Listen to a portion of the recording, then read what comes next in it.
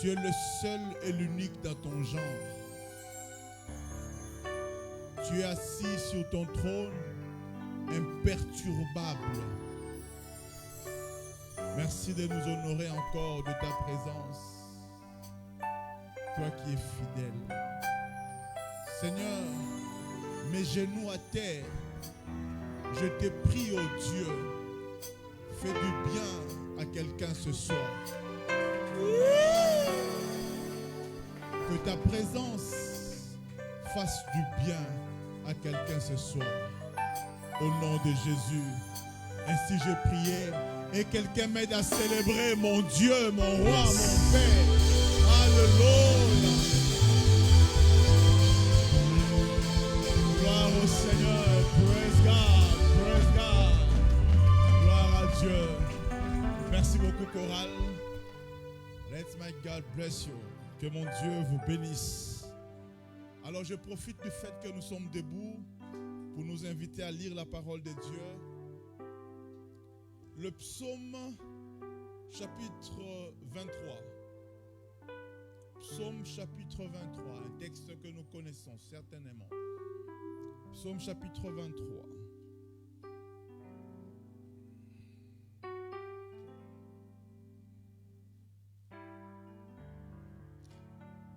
Je lis la parole au nom de Jésus. La Bible déclare: L'Éternel est mon berger. Est-ce que quelqu'un peut répéter après moi? L'Éternel est mon berger. J'aimerais que pendant que tu le déclares, que tu te tapes la poitrine. C'est une déclaration. Dis: L'Éternel est mon berger. Oh, tu n'as pas encore compris. Dis ça avec fierté, ça dit que l'enfer entende que tu affirmes que l'Éternel est ton berger. Come on! L'Éternel est mon berger. Alors continue. Je ne manquerai de rien. Il me fait reposer dans de verts pâturages. Il me dirige près des eaux paisibles. Il restaure mon âme. Il me conduit dans les sentiers de la justice.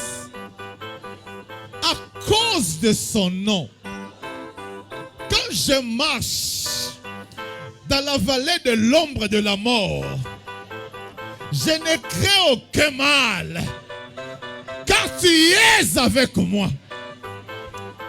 Oh my goodness. Ça me fait déjà du bien. Alléluia. Ta houlette et ton bâton me rassurent. Tu dresses devant moi une table en face de mes adversaires. Tu oins d'huile ma tête et ma coupe déborde. Oui. Yes. Io. Oui. Le bonheur et la grâce m'accompagneront tous les jours de ma vie. Et j'habiterai dans la maison de l'Éternel jusqu'à la fin de mes jours. Est-ce que tu peux commencer à célébrer le... Oh mon Dieu. Que Dieu bénisse sa parole. Merci de prendre place. Oh mon Dieu. Il y a des textes, quand tu les lis, ces textes-là sont oints par eux-mêmes. Alléluia. Oh, ton amen m'embête, hein? Il y a des textes, quand tu les lis, ça te plonge déjà dans une certaine onction. Alléluia. Oh, que Dieu soit béni. Mais permettez-moi avant que je puisse commencer, parce que je sens déjà que je dois commencer à envoler, mais je ne veux pas m'acquitter de cet agréable devoir. C'est d'abord de dire un grand merci à Dieu qui me permet ce soir encore de pouvoir être là debout et pouvoir apporter sa parole à son peuple. Amen. Et j'aimerais aussi dire un grand merci à l'homme de Dieu, l'apôtre Israël Fundi ainsi qu'à maman pasteur qui me font du bien dans cette ville de Libreville et dans ce pays du Gabon. Amen. Et merci pour la confiance renouvelée, pour me céder encore sa chair, son bureau cet après-midi et parler au peuple que Dieu lui a confié. Vraiment, je voudrais dire merci pour cette marque de confiance. Vous savez, il y a des endroits où nous sommes allés, tu commences le séminaire, mais en plein séminaire, on t'arrête. Alléluia. Ça veut dire quand quelqu'un te renouvelle soir après soir, c'est qu'il te fait confiance. Est-ce que quelqu'un peut m'aider à apprécier l'homme de Dieu, le patriarche Israël Acacia? Oh, fais ça bien, non? Fais ça bien. Oh, fais ça bien, fais ça bien. Aide-moi à apprécier l'homme de Dieu, le berger de la ville. Aide-moi à apprécier ton Père. Alléluia. Regarde-moi les jaloux là. Apprécie bien ton papa. Oh, mon Dieu, mon Dieu, mon Dieu. Si j'étais à Saint-Étienne, il y a les mamans qui allaient venir, commencer à épousseter mes chaussures, jeter l'offrande. C'est comme ça qu'on honore un père. Alléluia. Que Dieu m'aide. Dimanche, je prêcherai, si Dieu nous fait grâce, sur les bénéfices d'avoir un prophète. Si Dieu te donne un pasteur, un prophète, un berger, il faut l'honorer. Est-ce qu'il y a une maman qui peut m'aider à honorer l'homme de Dieu? Est-ce que tu peux m'aider à honorer l'homme de Dieu? Célèbre Dieu, célèbre Dieu, célèbre Dieu pour l'homme que Dieu t'a donné, pour le papa que Dieu t'a... Il faut apprendre à célébrer les hommes que Dieu vous a... Voilà. Honore-le, célèbre-le. Oh, c'est ton papa. Alléluia. C'est le papa qui bénit. Ce n'est pas l'oncle qui bénit, mais c'est le papa qui bénit. Alléluia. Oh, on peut passer 5 minutes ici, c'est pas grave. Nous devons honorer les hommes que Dieu a établis. Voilà, c'est la bénédiction du Père. Il y a un secret dans la bénédiction du Père. Dépose une offrande, qu'il dise un mot, qu'il dise un mot sur ta vie. Alléluia, qu'il dise un mot sur ta vie. C'est à lui que Dieu a donné l'autorisation de bénir ta vie. Alléluia. Que ces 6 jours de gloire, d'adoration soient une porte ouverte pour toi. Rabakende seteke yabashi. Rangababa. Les choses spirituelles se passent comme ça. C'est comme ça que les choses changent. Il y a des hommes autorisés. Il y a des canaux autorisés. Rabakende seteke. Yabakono sotoko yabashi. Yehoshua Hamashiach. Mon Dieu. Yendebe kende seteke yabashi. Woo. Alléluia. Gloire au Seigneur. Vous savez, merci de prendre place.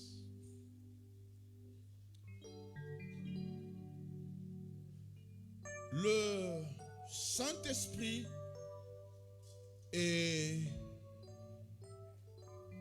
la personne qui produit en nous la vraie adoration. Dieu, on ne l'étudie pas. Dieu se révèle. Voilà pourquoi tu peux être un docteur en théologie. mais ne pas reconnaître Dieu. Je parlais de Nicodème. Mais tu peux être un simple pécheur, et je parle de Pierre, voir en un homme apparemment ordinaire le Fils de Dieu. Mais Jésus lui dira, ce n'est ni la chair ni le sang qui t'ont révélé ces choses, mais c'est le Père qui te révèle. Pour bien adorer Dieu, il faut le connaître. Mais tu ne vas pas connaître Dieu dans des cours. Non. La meilleure façon de connaître Dieu, c'est quand Dieu lui-même se révèle à toi. Et quand Dieu se révèle à toi, vous savez, c'est cette révélation personnelle que nous avons de Dieu qui nous permettra aussi de l'adorer différemment. Quand tu connais Dieu de manière scientifique, de manière théologique, tu vas aussi prier de manière religieuse. Mais si tu connais Dieu dans ton intimité, même dans son intimité, tu adoreras Dieu de manière différente. Et là même, ça va te pousser à appeler Dieu avec de noms particuliers que ton voisin ne comprendra pas. Mais tu as une telle révélation de Dieu que tu vas appeler Dieu par des noms particuliers parce que Dieu s'est révélé à toi. Vous savez, certaines situations qui nous arrivent dans la vie, au fait, nous l'appelons problème. Mais Dieu, ou toi qui vis le problème, tu trouves un moyen de découvrir Dieu. Quand Dieu te délivre de ce problème-là, tu peux dire, ah, vous savez, même quand nous disons Jéhovah Jireh ou Jireh, ce n'est pas Dieu qui a dit je m'appelle Jéhovah Jireh, mais c'est la révélation qu'Abraham a eue. Il a vu comment est-ce que Dieu a pourvu. Alors il a appelé Dieu Jéhovah Jireh. C'est bien aussi nous aujourd'hui de dire Jéhovah Jireh. Mais je prie Dieu que tu aies toi-même une révélation de Dieu. Que Dieu fasse quelque chose pour toi et que tu puisses appeler Dieu d'une manière particulière. Ton amen m'embête. Il y a un homme qu'on appelle Bartimée. Il est au milieu d'une génération aveugle. Lui, il est aveugle. Mais les yeux intérieurs ont vu Jésus comme les autres de sa génération n'avaient pas vu. Ceux qui voyaient étaient aveugles. Mais lui, l'aveugle, a pu voir ou même entendre que c'est Jésus qui passait. Mais il entre dans le monde de la révélation. Et il n'appelle pas Jésus Jésus, mais il l'appelle fils de David. Qui lui a dit ça? Qui lui a prêché? Mais dans le monde de la révélation, tu peux regarder quelqu'un et voir autre chose. C'est comme le voleur sur la croix. Tout le monde est condamné. Mais lui, au-delà du fait que Jésus était nu, Jésus était ensanglanté, mais il se permet de dire, quand tu viendras dans ton royaume, souviens-toi de moi. Il voit le roi dans un condamné. Il voit le roi dans un crucifié. Et parce qu'il a eu la révélation et il a célébré le roi, Dieu dit au voleur, ce soir même, aujourd'hui même, tu seras avec moi au paradis. Le voleur est entré au paradis avant l'apôtre Pierre. Le voleur est entré au paradis avant l'apôtre Jean. Tout simplement parce qu'il a eu la révélation. Tu adores Dieu comment? Tu adores Dieu par suivisme? Tu adores Dieu par habitude? Ou tu adores Dieu par révélation? J'aimerais que chacun de nous, que Dieu puisse se révéler à lui. Et ce soir, je vais juste prendre l'exemple de quelqu'un qui a appelé Dieu d'une manière particulière. C'est David. David, il se permet de dire, l'Éternel est mon berger. Vous savez, le berger, c'est un travail du quotidien. Aujourd'hui, nous les disons assez facilement. Imaginez un peu quelqu'un vienne ici et dise Dieu est mon mécanicien.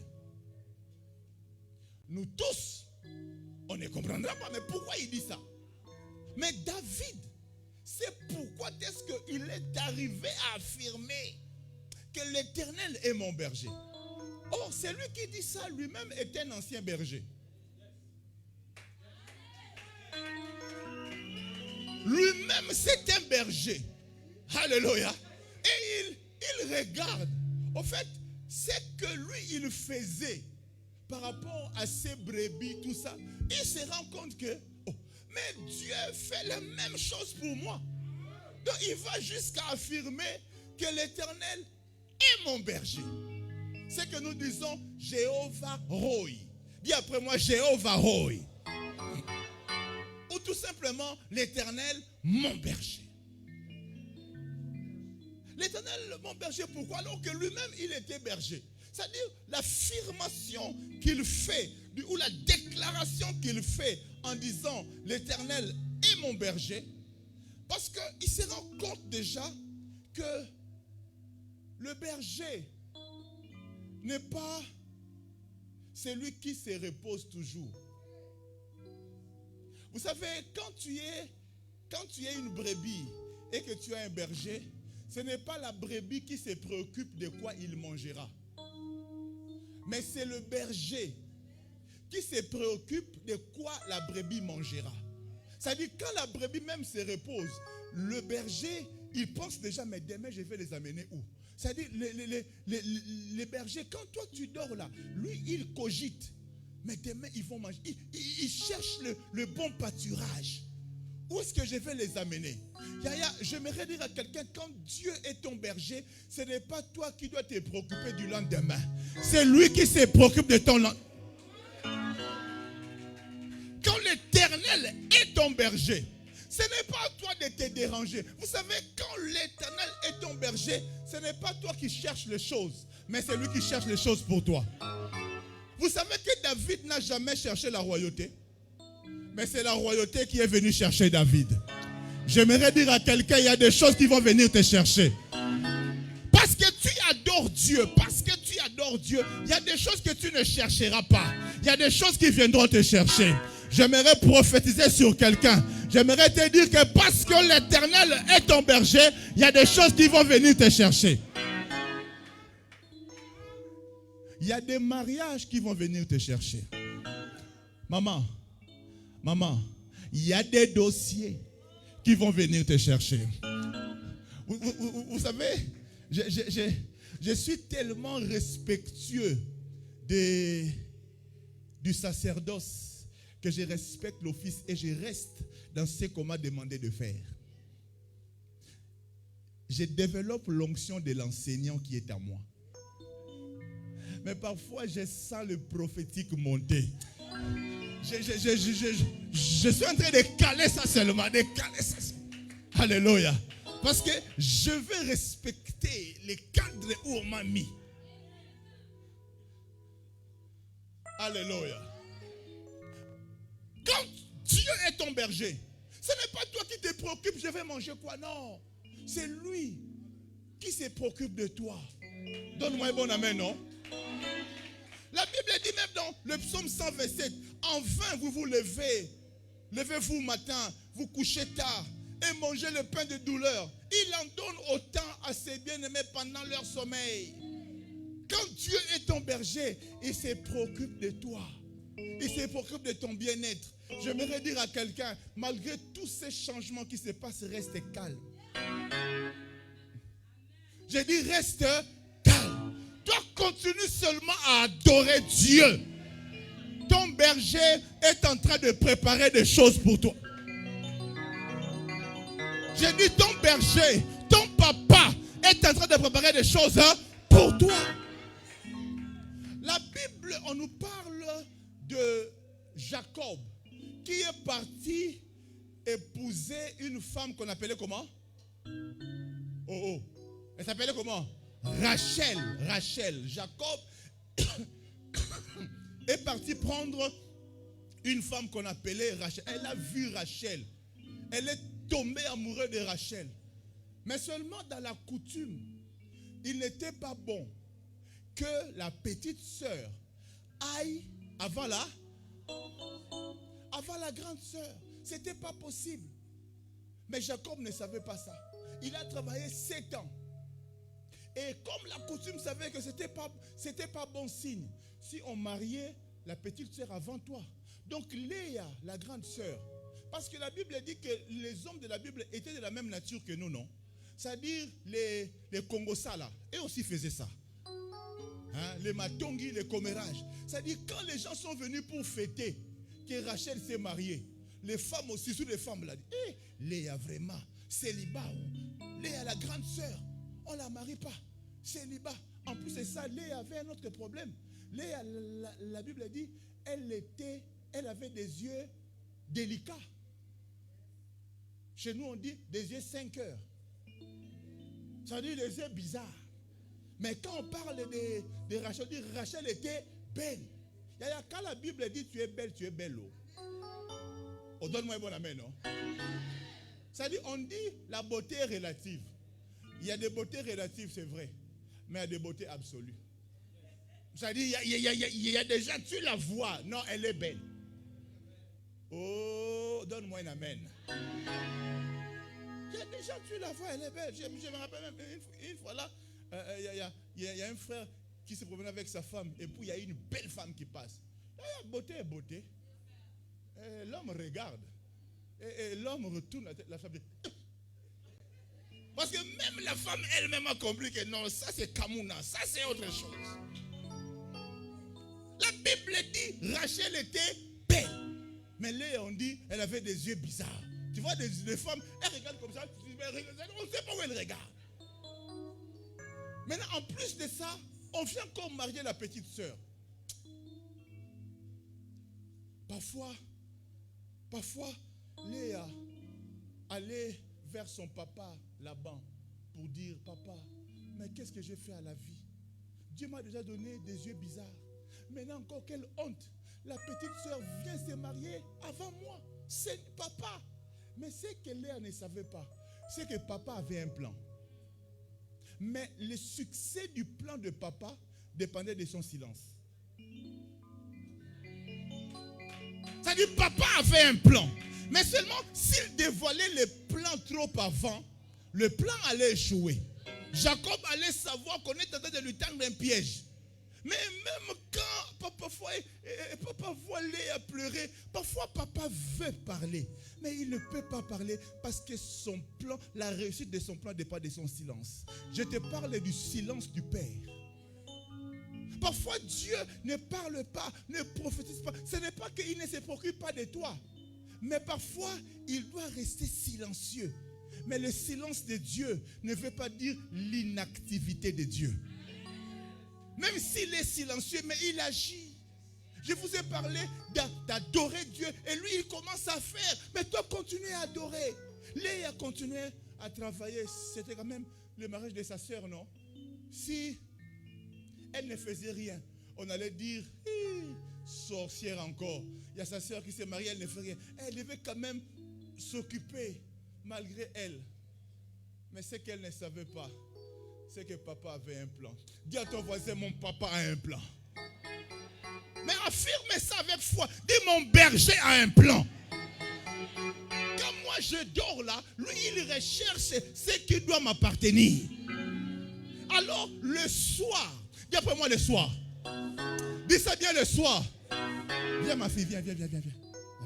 Le soir, quand tout le monde est parti, convaincu que c'est Rachel qui s'est mariée avec Jacob.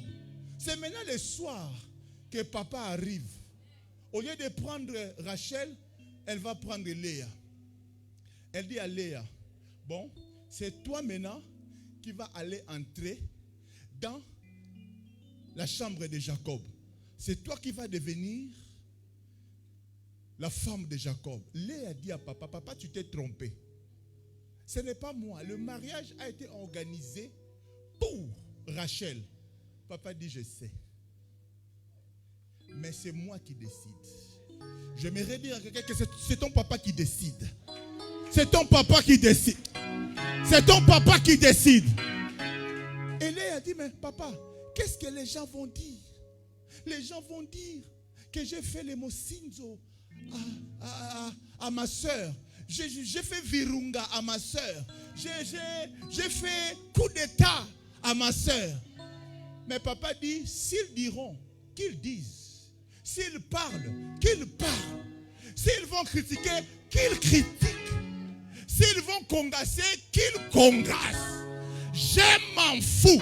J'aimerais dire à quelqu'un, Dieu va te bénir. Si les gens vont parler, qu'ils parlent. Si les gens vont dire, qu'ils disent. Dieu s'en fout. Les gens vont dire, oh vraiment, tu ne connais pas son passé. Elle a avorté. Elle a déjà 2 enfants. Elle a déjà 3 enfants. Parlez si vous voulez. Mais c'est papa qui décide. Même toi-même, parfois, tu ne croiras pas à là où Dieu t'amène. Je n'ai pas le diplôme suffisant. Je n'ai pas toutes les compétences suffisantes. Mais Dieu dit c'est toi. Mais Dieu dit c'est toi. Là où il t'amène, tu n'as pas tous les diplômes, toute la formation nécessaire. Mais Dieu dit je te place quand même.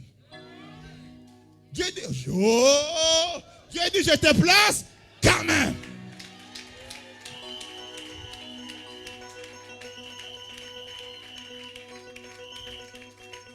Quand je prêche, je prophétise aussi. Tu n'as pas les diplômes suffisants. Tu n'as pas toutes les formations. Mais Dieu dit, c'est toi. Et les gens commencent à parler. Même toi-même, quand papa vient te prendre, tu boudes aussi un peu, boude un peu. Même si tu boudes, Dieu dit que tu boudes ou pas. C'est toi que j'ai choisi. J'aimerais dire à quelqu'un, c'est toi qui occuperas le poste là. C'est toi qui occuperas le poste là. Même toi-même, tu vas commencer à dire non, c'est trop, c'est trop. Il n'y a pas trop. L'Éternel est mon berger. Je ne manquerai de rien. Boude. Tu boudes. Eh Seigneur. 1 milliard c'est trop, non? 10 milliards c'est trop, non? C'est-à-dire là où Dieu t'amène. Vous savez, Dieu est capable de briser le protocole juste pour toi. Il est capable de prendre quelqu'un dès la prison. Je parle de Joseph. En principe, prisonnier, chef de prisonnier, fonctionnaire, chef de service, directeur. Mais Dieu est capable de briser tous les protocoles de la prison. Directement, primature. Est-ce que je parle à quelqu'un? Écoutez, Léa, c'est, au fait, aujourd'hui, célibataire. Demain, les gens entendent que Léa s'est mariée. Oh, non. Nous, on était là. C'était Rachel. Non. 6 mais pour moi, 9. 6 est devenu 9.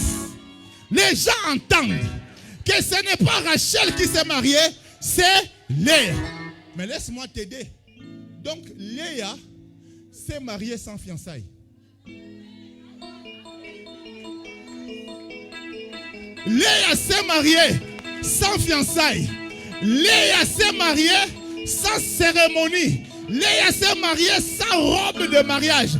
Léa s'est mariée sans maquillage.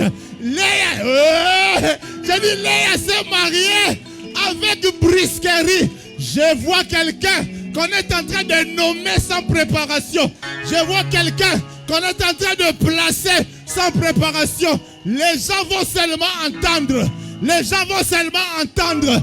Dis après moi, ils vont entendre.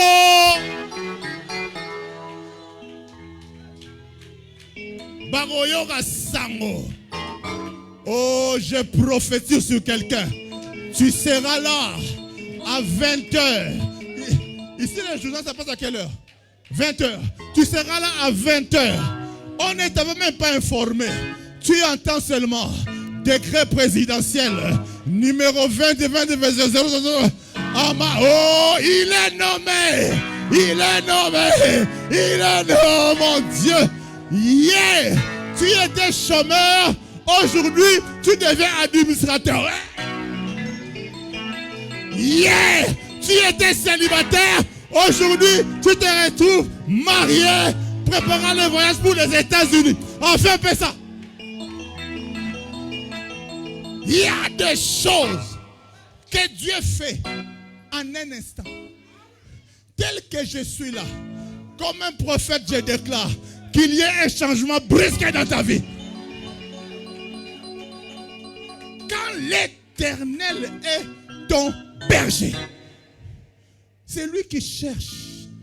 Oh, la Bible me parle d'une femme dans Luc chapitre 13. La Bible me parle d'une femme qui était courbée. Viens ma fille, viens. Toi, que Dieu te bénisse avec le mariage. Dis amen. Tu auras un bon mariage. Ne te précipite pas, parce que Dieu te donnera un homme de Dieu.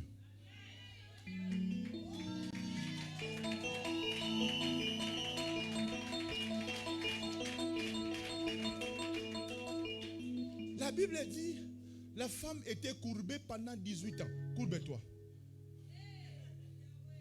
Mais ce que j'aime, c'est que malgré le fait qu'elle était courbée, elle venait quand même au temple. Elle venait quand même au temple. Et un jour, pendant le sabbat, quand l'Éternel est ton berger, il brisera le protocole. Je sens dans mon cœur que ces 6 jours d'adoration, Dieu est en train de briser le protocole. C'est comme s'il y a une accélération divine qui se passe dans ta vie, pour ton mariage, pour tes affaires, pour ton projet, pour ton poste, pour ta nomination. Il y a comme une accélération. Pendant que tu adores, Dieu brise le protocole. Jésus arrive.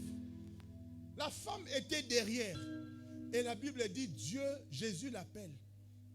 Elle l'a fait passer devant tout le monde. Vous savez, parfois, quand ton problème est en cachette, personne ne sait. Ça t'arrange, hein? Mais quand Dieu veut commencer à agir dans ta vie, le premier signal, c'est quoi? C'est qu'il fait que c'est comme si tout le monde est au courant de ton problème. Ça veut dire, quand Dieu va résoudre, il ne veut pas que ce soit seulement 2 ou 3 personnes qui soient au courant. Quand ton problème commence à être dit dans toute la ville, sache que Dieu a commencé à intervenir. Parce que Dieu aime la gloire. Dieu aime la gloire.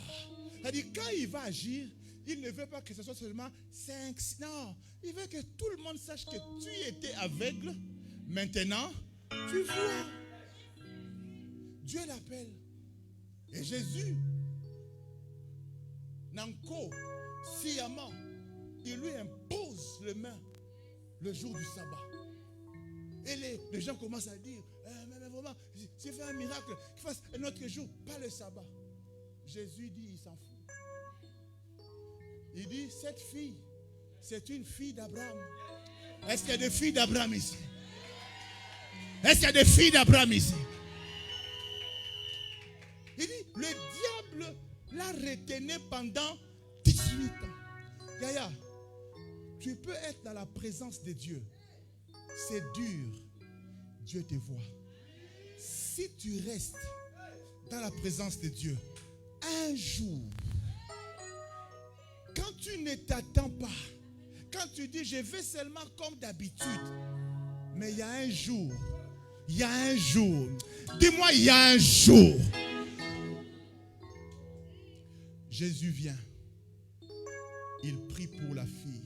Vous savez, il y a des gens qui connaissaient la situation, qui disaient, mais 18 ans, courbé, et Simbaté. Même Salomon avait dit, est-ce que ce qui est courbé peut être redressé? C'est-à-dire, même les Juifs, ceux qui connaissent la parole, savaient que ce qui est courbé ne peut pas se redresser. Mais celui qui était là ce jour-là est plus que Salomon.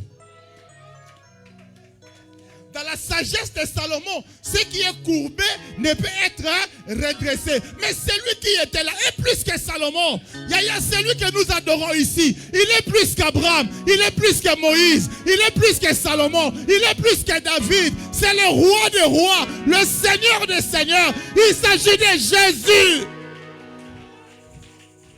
Yehoshua HaMashiach. Il s'en fout de ce que Salomon a dit. Il s'en fout du sabbat. Pour toi, Dieu brisera le protocole. Parce que tu l'adores pendant 6 jours, sous la pluie. Pluie ou pas pluie, tu viens. Et les gens qui savaient que ce qui est courbé ne peut pas être redressé, ils ont commencé seulement à entendre. Cra, cra, cra, cra, cra, cra, cra, cra. Oh!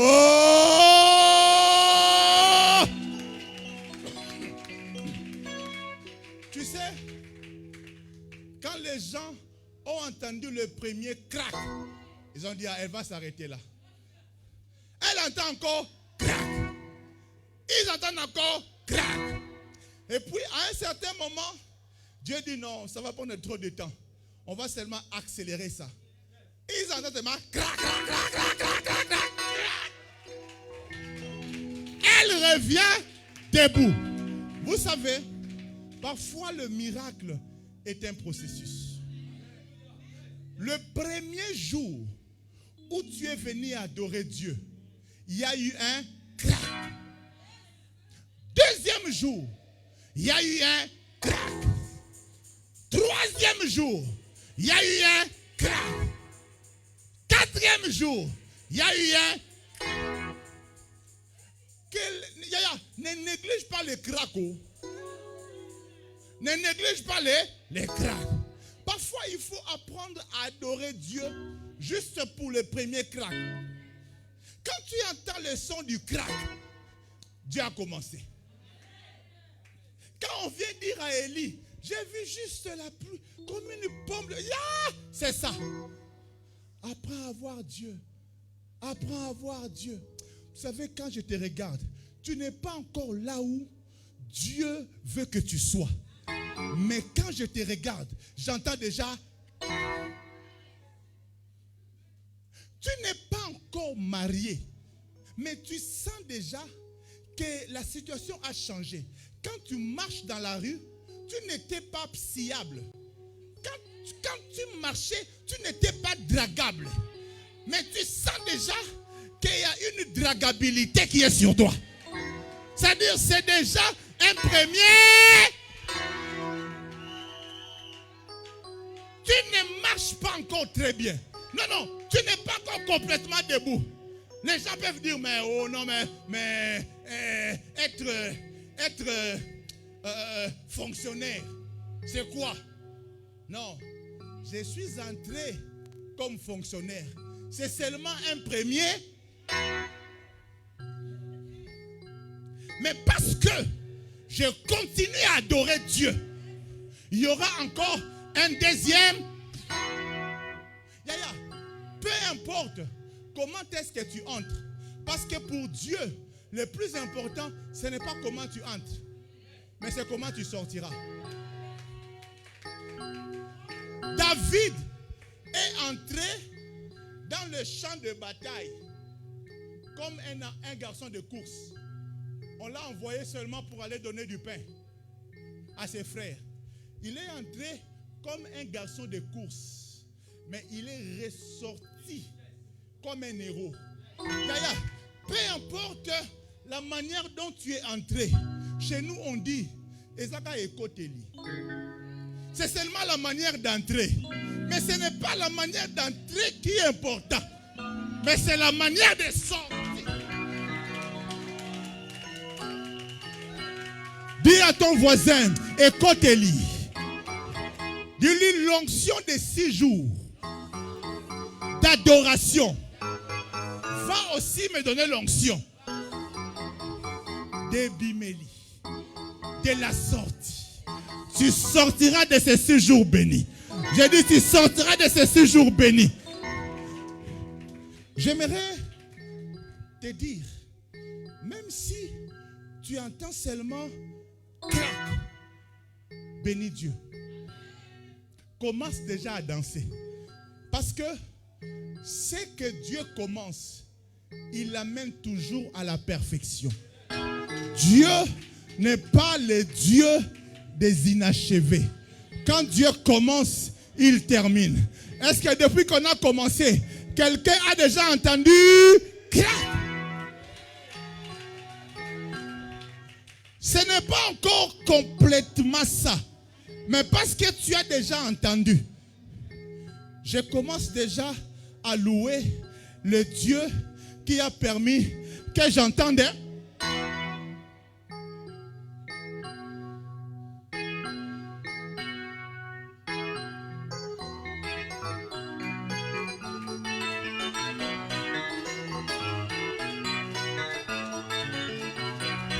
Ce n'est pas encore ça.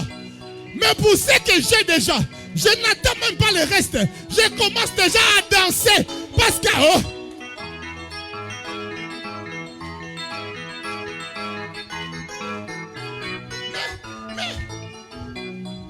il danse même pourquoi? Il n'a pas Ferrari. Oh. Il n'a pas 4x4. Oh. Il n'a qu'une petite Twingo. C'est pas grave. La Twingo là, c'est les...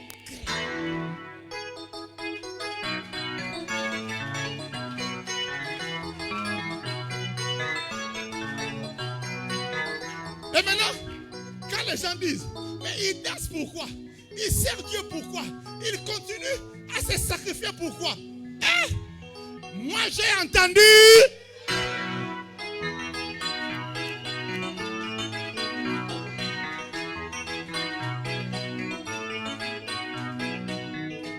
L'Éternel est mon berger.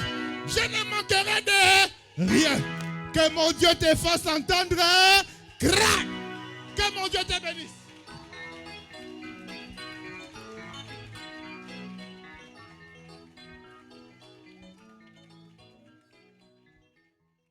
Quiconque évoquerait